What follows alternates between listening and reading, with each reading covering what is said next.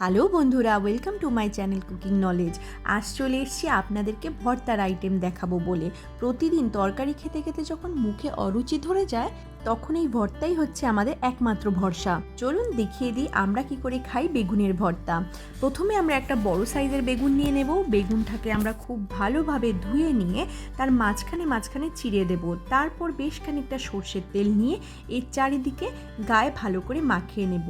তারপর গ্যাসে বসিয়ে দিয়ে গ্যাস জ্বালিয়ে দেবো। গ্যাস জ্বালিয়ে দিয়ে ওয়েট করব এটাকে খুব ভালোভাবে পুড়িয়ে নিতে। চারিদিক খুব ভালোভাবে আমাদের কালো হয়ে যাবে আর ভিতরের অংশটা আস্তে আস্তে সিদ্ধ হয়ে যাবে। তো যতক্ষণ না পুড়ছে ততক্ষণ আমাদেরকে ভালোভাবে ধৈর্য ধরে বসে থাকতে হবে। সত্যি কথা বলতে ভর্তা যেদিন বাড়িতে থাকে সেদিন আমার আর তরকারির দরকার পড়ে না। ভর্তা দিয়েই পুরো ভাত আমার শেষ হয়ে যায়। কাদের কাদের ভর্তা খেতে ভালো লাগে একবার কমেন্ট বক্সে অবশ্যই জানাবেন। বেগুন কিন্তু আমাদের এদিকে ভালো মতোই পুড়ে এসেছে আর এর ভিতরের অংশও খুব ভালোভাবে সিদ্ধ হয়েছে। আপনারা একটা ছুরি চালিয়ে ভিতর দিকেও দেখে নেবেন, যে কাটা অংশ থাকবে সেটা দেখে নিলে বুঝতে পারবেন এটা ভিতরেও সিদ্ধ হয়ে গেছে। চলুন চটপট দেখে নিই আমরা কড়াইতে কিছু কিছু জিনিস ভেজে নেব সেগুলো। তো প্রথমে আমরা যে কটা শুকনো মরিচ আমরা বেগুনের মধ্যে ইউজ করতে চলেছি সেগুলোকে ভালো করে ভেজে নেব। ঝাল আপনারা যতটা পরিমাণ খেতে পছন্দ করেন সেই অনুসারে কমাবেন বা বাড়াবেন। আমরা খুব বেশি ঝাল খেতে পছন্দ করি না, কিন্তু ভর্তা হলে একটু বেশি ঝাল খেয়েই ফেলি। শুকনো মরিচ ভাজা হয়ে গেলে আমরা সেম তেলে রসুনগুলো ভেজে নেব। রসুন আমরা এখানে 5 থেকে 6টা কোয়া ইউজ করেছি। আমি অবশ্যই বলবো ভর্তাতে আপনারা রসুন ইউজ করবেন, খুব সুন্দর একটা গন্ধ আসে যেটা অন্য কিছু থেকে আসবে না। তো আমার কথা শুনে একবার রসুন ব্যবহার করে দেখবেন। আমরা রসুনগুলোকে একটু ভাজা হয়ে গেলে তুলে নেব। আবার সেম তেলে আমরা পেঁয়াজগুলোকে ভেজে নেব। এখানে আপনারা দেখতে পাবেন যে আমি কিছু পেঁয়াজ ভেজে নিচ্ছি আর কিছু পেঁয়াজ আলাদা করে তুলে রেখেছি, কাঁচা ইউজ করব। তাই পেঁয়াজ আমরা এখানে খুব বেশি করেই ভাজবো না, আমরা পেঁয়াজের মধ্যে কিছু কাঁচা মরিচও দিয়ে দেবো।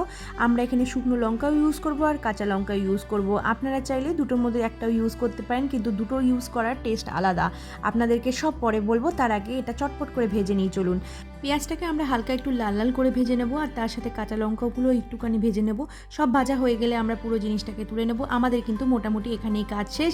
এরপরে চলে যাব আমরা ভর্তা মাখাতে। কারা কারা ভর্তা গরম খেতে পছন্দ করেন? আমরা কিন্তু ভর্তা গরমই খেতে পছন্দ করি। তাই দেখুন না, ধোয়া ওঠা অবস্থায় আমরা এটাকে ছাড়িয়ে নিচ্ছি। ওরে বাবারে, হাত কিন্তু পুড়ে যায়, কিন্তু তাও হলেও আমরা এটাকে ভালোভাবে গরম অবস্থায় ছাড়িয়ে নেব। খুব ভালো করে এর কালো ছালগুলো বাদ দিয়ে দিচ্ছি। আর দেখতে পাচ্ছেন ছোট ছোট যে জিনিসগুলো আছে একটু সময় ধরে আপনারা এটাকে বাদ দিয়ে দেবেন। আর বাদ দেওয়ার পর এটা আমাদের হয়ে গেছে। এবার আমরা এটাকে পুরো জিনিসটাকে মাখিয়ে নেব। আমরা এখানে যে জিনিসগুলো ভেজে নিয়েছি তার সাথে কিছুটা পরিমাণ ধনেপাতা আর কিছুটা পরিমাণ কাঁচা পেঁয়াজ রেখে দিয়েছি। আপনারা এই দুটো জিনিস একটুখানি আলাদা করে রাখবেন। কাঁচা পেঁয়াজ আর ধনেপাতা এই দুটো জিনিস আমরা কাঁচা অবস্থাতে ইউজ করব। তো পুরো বেগুনটাকে আমরা ভালো করে খুলে নিচ্ছি, খুলে দেখে নিচ্ছি এর মধ্যে কোনো পোকা টোকা আছে কিনা। তো আমাদের বেগুনে পোকা ছিল না, বেগুনটা খুবই ভালো ছিল। আপনারা অবশ্যই কাটা বেগুন ইউজ করবেন, ভর্তা মাখা খুবই ভালো হয়। এখানে আমরা লঙ্কাটাকে খুব ভালোভাবে মাখিয়ে নিচ্ছি। লঙ্কাগুলো খুব ভালোভাবে মাখিয়ে নেব গরম থাকতে থাকতেই, কারণ গরম চলে গেলে এটা একটু নেতিয়ে যায়। তাই জন্য আমরা এটাকে আলাদা করে মাখিয়ে নিচ্ছি। আপনি দেখতে পাচ্ছেন আমি ভাজা লঙ্কা অনেকগুলোই ভেজেছিলাম, কিন্তু সব দিচ্ছি না, কারণ আমার বর লঙ্কা খেতে একদমই পছন্দ করে না। ঝাল মুখে পড়লে উয়া করতে থাকে আর চোখ দিয়ে জল বেরোতে থাকে, তাই ওটাকে আমি আলাদা করে রেখেছি, নিজে পরে আলাদা করে পাতে মাখিয়ে খাবো। এবার আমরা কিছুটা পরিমাণ কাঁচা লবণ নিয়ে নেব, পেঁয়াজ আর মরিচের সাথে ভালো করে মাখিয়ে নেব। আর মাখিয়ে নেবার পরে আর বেগুন পোড়াটাকে টেনে নিয়ে সব কিছুর সাথে ভালোভাবে মিশিয়ে ভর্তাটাকে রেডি করব। চটকে চটকে চটকে চটকে এটাকে খুব ভালো করে স্ম্যাশ করে নেব, যাতে আমাদের খুব ভালো একটা ভর্তা তৈরি হয়। আর ভর্তার মেইন নিয়ম কি জানেন তো? ভালোভাবে চটকাতে হবে। আর এর মধ্যে দিয়ে দেবো বেশ অনেকটা পরিমাণ সর্ষের তেল। সর্ষের তেল নিজেদের স্বাদ অনুসারে আপনারা কম বেশি করে নেবেন। আমার এখানে একটু বেশি পড়ে গেছিলো, আমি সাইডে করে রেখেছি।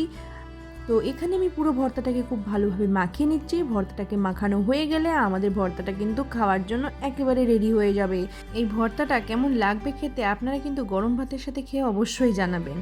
আমার এই ভর্তা মাখাটি ভালো লেগে থাকলে একটি লাইক, কমেন্ট আর সাবস্ক্রাইব করতে ভুলবেন না। দেখা হচ্ছে পরবর্তী একটি ভিডিও নিয়ে। Thanks for watching. শুভরাত্রি।